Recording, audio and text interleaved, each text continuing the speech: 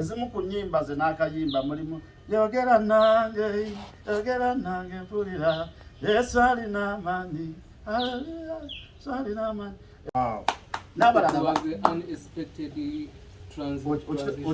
okitegedde Musumba nja kukwatamuko katono omanyi abali eyo kiye yeetaaga okufuna ku kire kino akatugambemuko katono kaali kati akantu akafeki just in a second. Omusumba bwe yalangirira Financial Club the following day ali ntambula mu byange nagenda okulaba unexpected transaction on my phone. Wow. Tibampereza amount of money on my Centenary Bank. Ngekire kisumuludde.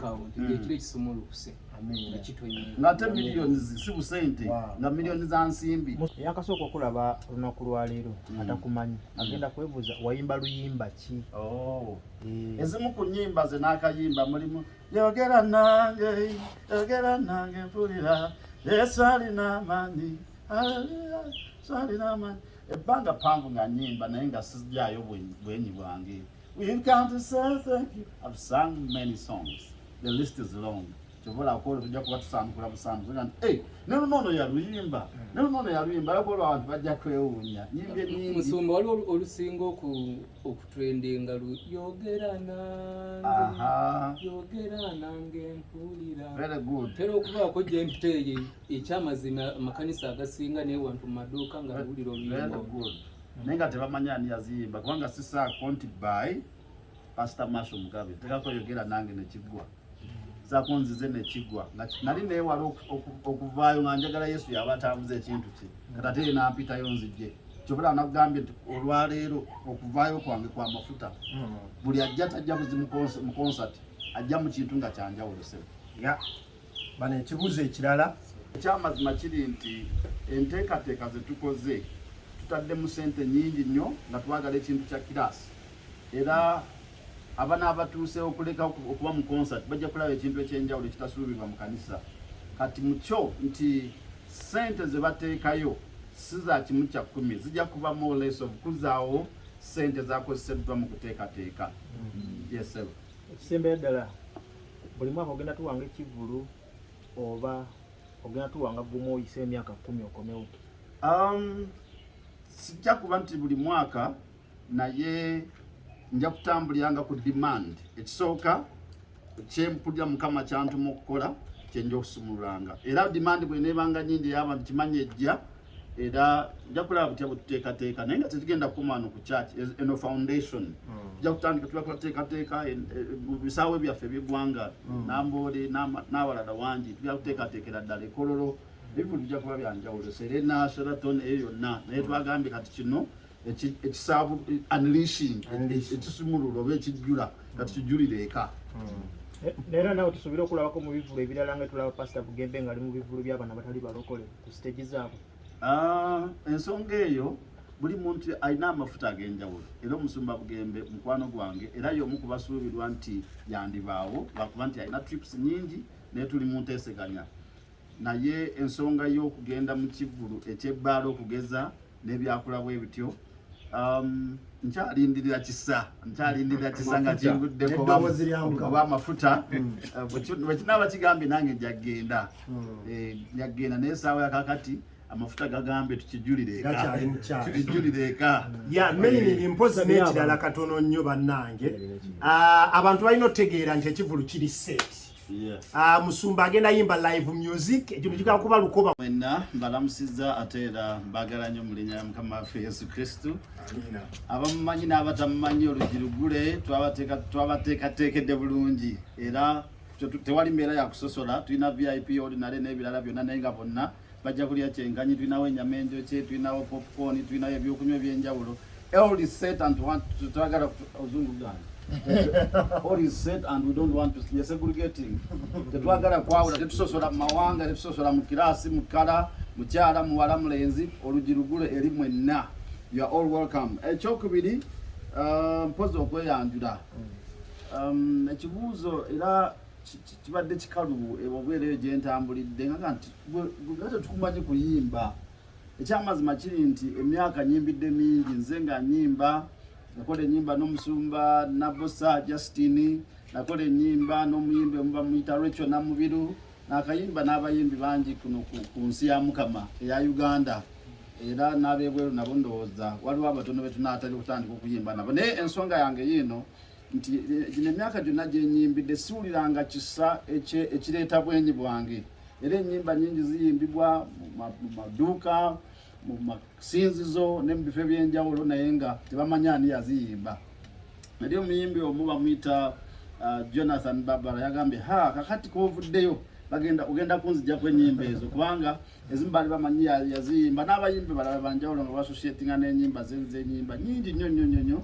Tulinawo Yogera Nange, tulinawo Yesu Alina Amaanyi, tulinawo Nzize nyingi, Thank You among many others. And yeah, I've been a gospel artist. Naye gospel artist nga producer bamala okola oluyimba nga wandiika erinnya ly'oluyimba naye tosaako yakola ki yaluyimba ng'ekigendererwa kyange njagala ennyimba zikwate mu nsi zigende mu kanisa Kristo agulumizibwe nga nze sikiriimu naye Mukama ku luno yanzijjeeyo okuyita mu nze n'ayogera nange n'ayogera mikwano gyange omusumba Justin Nabosa era naye tujja kuba naye wano ku lunaku olwo and it's going to be powerful in the name of Jesus. That's one of my friends actually asked, so wait a minute, kanisa olabe ddala ayimba oyo mwami bandabanga gentleman nnyo baana musomesa birala bwe bityo tebansuubira kuyimba naye ku olwo mujja kulaba kiba twagiyise unleashing mu Luganda positive okusaabukulula okwanjula unveiling unleashing bana mwasoma kale nga kyekyo tugenda kusaanukula tugenda kubikula ekintu kye batasuubira tugenda kujjula ensi kyebadde tesuubira era mwena mugenda kiraba mu ngeri y'ekyewuunyo mu linnya lya Mukama waffe Yesu Kristo. Alright, ekigendererwa ky'olunaku era nga bwe nkugambye kwe kujjayo obwenyi twagala abantu bamanye nti ennyimba zino omuntu yaziyimba sina magezi mangi naye aliko ku mwoyo wa Katonda oba alimu ku tugezi abantu bamanye nti oluyimba luno kuba ennaku zino ensi egenze etabanguka ate abantu bayimba ennyimba ne bazitabangula naye ku luno ebbanja ligamba nti kanveeyo ensi emanye ani nanyini oluyimba luno ani yayimba luno kisobole okumanyibwa bategeere baleme okuteebereza buteebereza and it's going to be very powerful in the name of Jesus. Setup of the event is tulinawo abayimbi ab'enjawulo nja kuyimba wamu n'omusumba Justin Nabosa, tulinawo abayimbi nga Jean PC, tulinawo abayimbi nga Engineer Brian, tulinawo abayimbi nga Jonathan Barbara, tulinawo abayimbi list mpanvu sobola gimenya njimale naye abayimbi bonna aba gospel mu ggwanga lino n'abatali ba gospel balabika bagenda kujja mikwano gyaffe mu linnya lya Mukama waffe Yesu olunaku lubeera olw'ekitiibwa. Ekisembayo waliwo okulya waliwo okunywa ng'ate si kwa kusasula ng'olwedde sente zo z'osasula naye wa ordinary ng'osasudde emitwalo ebiri waliwo okulya. Wa VIP osasudde 5 waliwo okulya. Naawe wa VIP yemeeza ow'emmeeza naawe waliwo okulya n'okunywa kwogase byonna nga bitambulira kasente konooba otaddeyo mu linnya lya Mukama waffe Yesu Kristo. Era twebaza mu mwenna abamaze dde okuteekayo sente era tukkiriza nti tujja kuba lunaku lwa njawulo. Alright, ekisemberayo ddala kyakubayita mwenna bannayuganda mujje tuwagire kino Kristo yatandika. Ennyimba zino bombuuza sijja kugaa nti nyina ekitabo kwentudde nga nenziwandiika naye ennyimba zino nabeeranga mu kweyawula mu kusaba ngenda okulya nga bamalayika mu ggulu bayimba ne bantwala mu bire ne mpulira bye bayimba nange n'ennyimba nabo ngenda okukka wansi ng'oluyimba lwero tetugenda mu studio ne luteekebwa wansi. In other words, bw'ojja n'owuliza ennyimba zino si kuwuliriza buwuliriza oba kulaba bakubeera mu kivulu ne bw'oba mulwadde ne bw'olina ekizibu emisambwa gikutambulira ku mutwe mabanja gakooye ebizibu bintu bingi ensi eno etabusa abantu balina ebintu ikonomi zitunyiga n'ebintu ebyenjawulo ojja kujja mu concert atodde erimu ejjengo egenda kutonya dda etwale n'ebintu naye ng'ekiro kya ssente nendabamu eza dola nendabamu eza siringi nendabamu eza dirhamu gamba ng'ekiro ekijjudde empapula kwegamba sizoni gye tulimu temwali binusu mwali empapula njereere ate empapula ennene bino ebinyaanya ebizike bwe yakola bwe bityo kati sente ennene ze zigenda okutonya kati gwagenda okujja mu concert oyingira wate mafuta n'amaanya g'okutoola sente osasula mitwalo 2 ogenda okuvaawo ng'ekire kikusumuluddwako $1,000,000 odde waka ng'ofuuse omugagga. Ekyo ekire kigenda tonyerawa Seguku tusenge eno kastojja mu concert ogenda kuvaawo n'effuta ery'ekire ky'ensimbi ovaayo ng'obwavu obusiibudde. So make sure nti tobula era osobole okugabana ku kire ekyakikula bwe kityo mu linnya lya Mukama waffe Yesu. Amina. Okwaniriza abaana bange mbadde mu lugendo lw'obuweereza buno oba olw'obusumba emyaka kati 15 nzadde abaana wano mu Uganda makanisa gawera ne kanisa mu America, South Africa n'okwetooloola eggwanga lyaffe. Njagala okubayita mwenna bali e Uganda n'abatali Uganda musobola abatali mu ggwanga musobola okuwagira abaganda bammwe bamaama bammwe bataata bammwe bajje basobole otutola ku mafuta gano Mukama ge yatusaasira otusaako ku lunaku olwa Sande. Sande no yennyini okwosa nkya ssaawa 8 ng'oluggi luggule era ng'enteekateeka ziri fully set in the name of Jesus. N'ekisembayo njagala kusaba era njagala kusabira buli muntu yenna agenda okujja, teri kabenje, teri ndwadde, teri kulemererwa, buli agenda okujja ajje mirembe, addeyo mirembe, n'ekisingayo obukulu addeyo ng'embeera y'obulamu bwekyuse. Era ogwo muntu yenna alaba TV konna kw'oli mukulabira essaawa eno, oli mutulaba ku TV, oli mukuliriza olwedda amafuta nga wulira nga gatandise dde okuyitamu ng'olaba akalango bulango amafuta g'ensimbi gakka gajja era wowulira ekirango ogenda okuva ku kirango nga sente zazedda ebisimu zigenda kukubibwa mobile money zigenda kujja nammwe abali wano ab'amawulire ekiro ekyansi ky'ensimbi kibatomera muddemu nti mu linnya lya Yesu. Amina. All right. Ndoza byebyo kati kambasabire waliwo ekibuuzo ekirala wansabe. Ekibuuzo nga twali tunagenda mu ssaala mbadde njagala sala yajja okuggalawo. Okay. Kyanjawulo ki ekiba mu concert eziba mu kanisa ezitaliba wabweru? All right. Era ekinkozesa ekivulu kino kuba nti kiri mu kanisa era ekyenjawulo ekiri ku kivulu eky'omu kanisa ne wabweru w'ekkanisa bwe kuba nti kino oba zino ennyimba z'engendo saabukulula saayi yanjiye zaava mu ggulu nagendanga mu kusaba ngenda okulya nga mpulya bamalayika bayimba nga bayimbira Katonda kati Mukama n'anyamba n'ensembera kumpi n'empulira bye bayimba nange n'embiyimba kati bino byonna byennyimba biriko amafuta era tewali nzijukira wali abayimbi banyaga nti olunaku lunakwata ku luyimba luno ewaffe bagamba toddamu kuyimba ndala yimba luno lokka era nziwulidde nga makanisa wano mu ggwanga baziyimba naye tebamanyi zaavaawa era mukyo ntegeeza nti ekyenjawulo ekiziriko kiri nti ojja mu mafuta gy'oyingira mu mafuta oba ontegeera saka twavudde mu kibula ate bankubye ebikonde ate nafuna siranya kino kyamubira era njala kuba nga nkubiriza buli muntu yenna alaba Sande kasitova gy'oli nga 16 Sande eno yennyini 16 omwezi ogwokubiri dduka buddu saa 8 zikusange ng'otuuse ku Divine Mission Church Seguku olaba ekitabanga obannange kigera kuba massive nnyo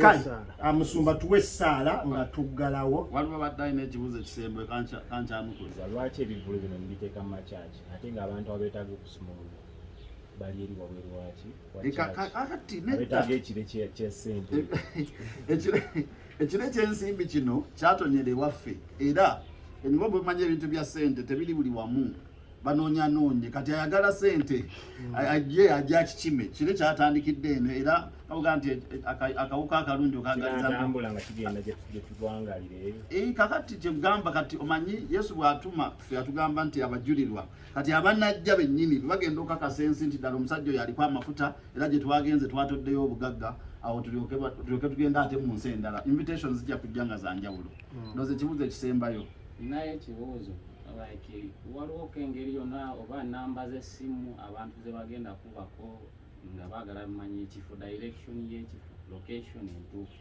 n'abaagala ticket abatanazifuna.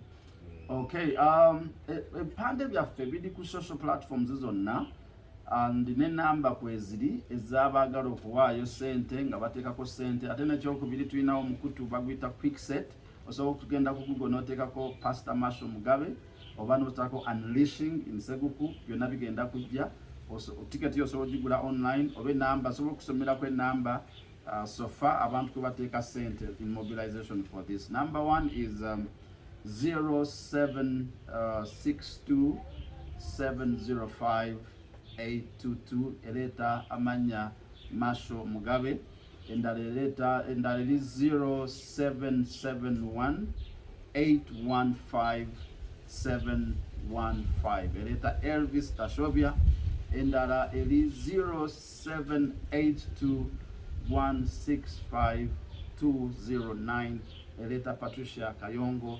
Abo bonna basobola sente zonanga bozwa wadde ticket yo gifuna ate sente zituuka bali mu nteekateeka n'enamba endala bo bafunye basobola okuba difference in case of Airtel among others.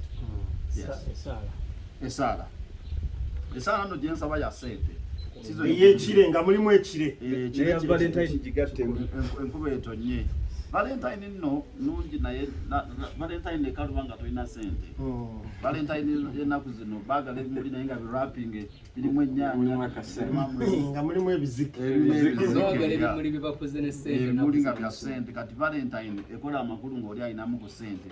Akati nsabira buli muntu yenna in the name of Jesus agenda okujja era n'oyo ateekateeka okujja n'oyo yamaze dde okusasula n'alaba akalango kano mu linnya lya Yesu Kristo omwana Katonda omulamu.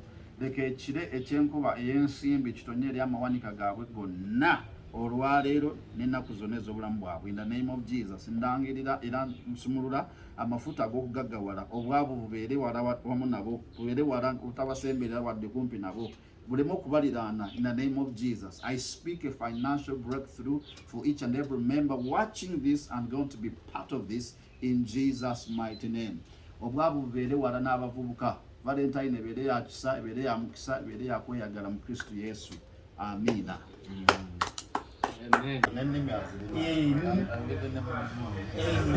okitegedde bulungi naye nga nekisingira ddala security ya Yesu nayo weeriso buli muntu yenna agenda okujja mu concert on Sunday agenda kuba secure nnyo, ojja nekyojja nakyo noddayo nakyo, okitegeera.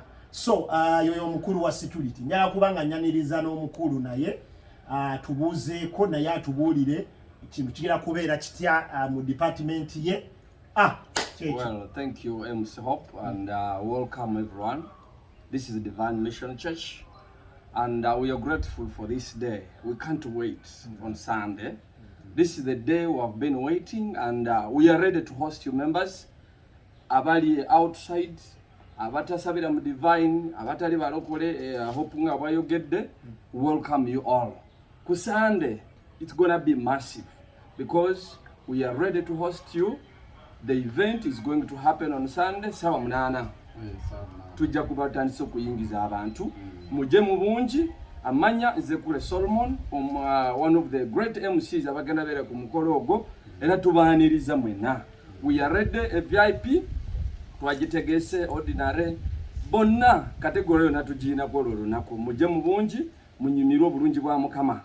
Buli nyimba tuzina abayimbi bangi musumba agenda abagamba abayimbi abagenda kubeerako ku lunaku olwo era tutegese kibulu kya njawulo. Yes, you have attended so many courses, but this is unique of the its kind. So mujje mu attending mu bungi. Thank you so much. I think we will continue after the nabagambye kule Solomon gamanya gange. Yeah. That's omukulu kule Solomon nga bwabagambye by the way buli kintu kyonna kyabagambye buli kyetwogera wano kigenda kubeera real omwaka guno